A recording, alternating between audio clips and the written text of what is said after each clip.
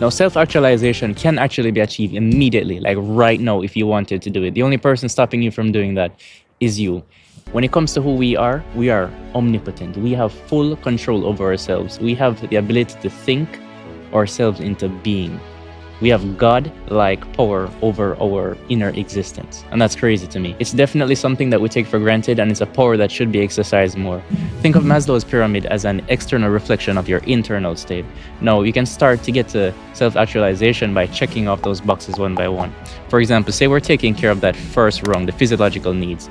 We're focusing on health. We want to get in shape, right? So we go to the gym, we get the gym membership, and we tell ourselves that we're healthy. Every single day, we just breathe in air and we just feel like we are one with nature. You want to tell yourself that. And while you're telling yourself that, you want to be doing the things that reflect these thoughts. And that is how we do that. So that's for the first level. And you keep doing the same thing as you make your way to the top.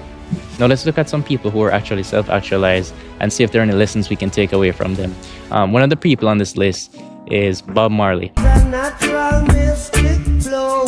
Now, he said, man is a universe within himself. And this is very similar to what we were discussing earlier about you just being a micro representation of the entire universe. You having all the powers, except it's on a smaller scale. Yes, because you are insignificant compared to the existence of everything, but you still have all those powers at your disposal. So think of us as beings who were created to give the universe a chance to exist physically. So you watching this right now are actually a window through which existence, God, call it what you want, can exist and be a part of this physical plane. My richness is life forever. And then there's Jesus.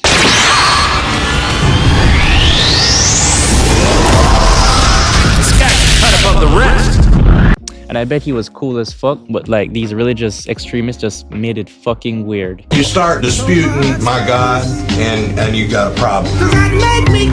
And it's something else now, but this is not a Jesus video, by the way, just to clarify. But he was an actual historical figure and he was cool. He was virtuous. You Pharisees. I would love to meet Jesus. And I know many people can say the same. And then there's Leonardo da Vinci. He painted the Vitruvian Man. And if you didn't know this, he was famous for leaving little clues in his paintings for people to agonize over. And upon decoding the Vitruvian Man, scientists and historians alike think that da Vinci was trying to hint at a similar concept where human beings are kind of just mini versions of the universe. And we all have the same powers that it has, except we're just physical. I think that's cool. And then there's Nikola Tesla. He said, if you want to find the secrets of the universe, think in terms of energy, frequency, and vibration.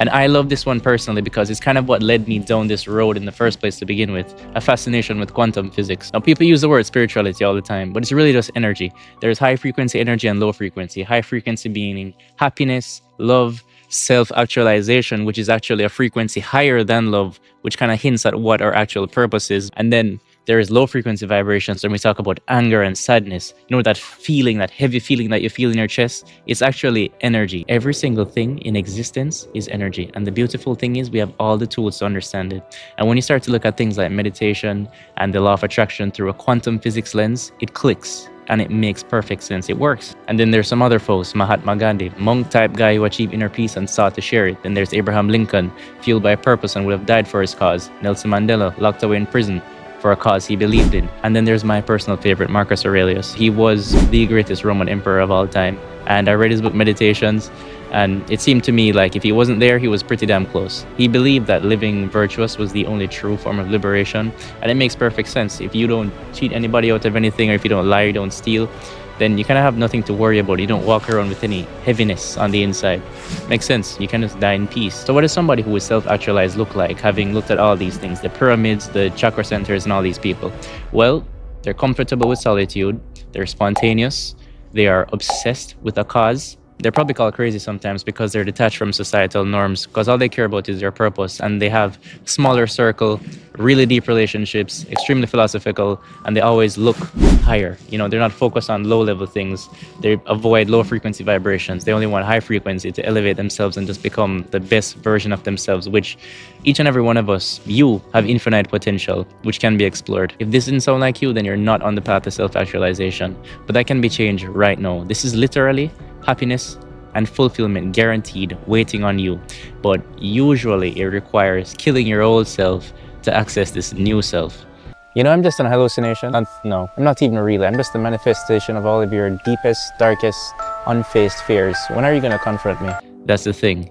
This current you cannot have that because it's not for you. You have a bunch of masks on right now that you're not aware of, and a bunch of learned things from society that is blocking you from accessing who you truly are. You can't have your powers if you continue to be the same person. That sucks. I know. You lose friends, you might lose family, and people might cut you off, but that's what's required. You'll have to completely let go of preconceived notions, indoctrinations, and just fear. Just be baldy as fuck. So there really is no true shortcut to this, but there is something that I'm practicing that I think has been working for me that I can share.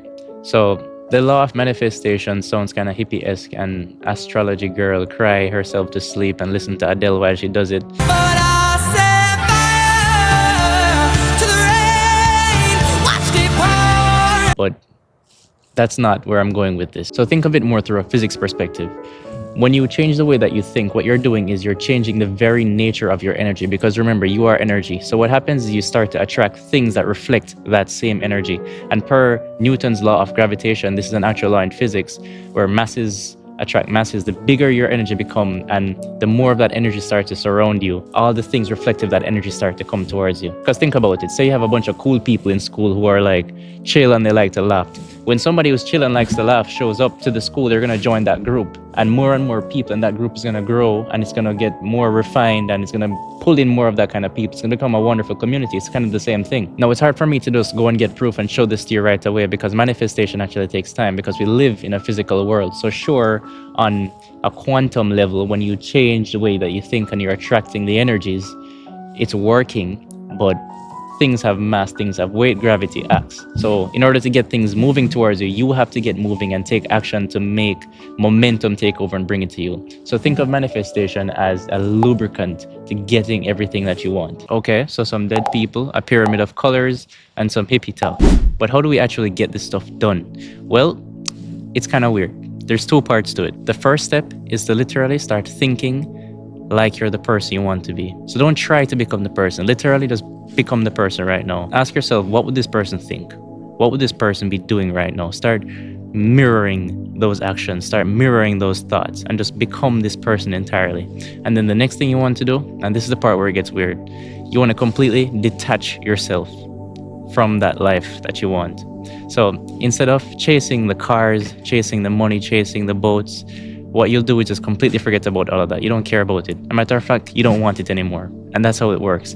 Because the thing is, there's also this other law in physics, the law of attraction. This is the physics law, now, where opposites attract. Just by running away from something, it's like you pull it to you. And I'm sure many people have experienced this before. It's like trying so hard not to have this situation happen. The very act of doing that makes it happen. It's just kind of the same deal. So one, prime yourself to become the person you want to be, so the external world can reflect that nature of that energy, and completely detach yourself from all the things that you're chasing. This is very similar to Neville Goddard's ladder experiment. You can look it up and try it out yourself if you want.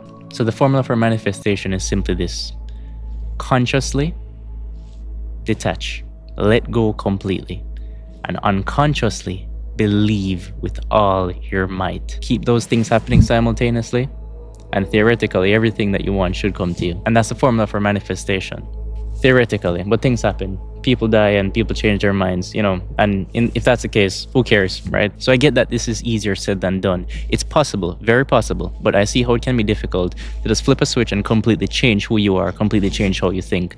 Sometimes you need like a traumatic event in life or something like that to happen. It helps, but we don't want that. We're trying to do this thing organically. So what you can do is just look at the pyramid and check those boxes off.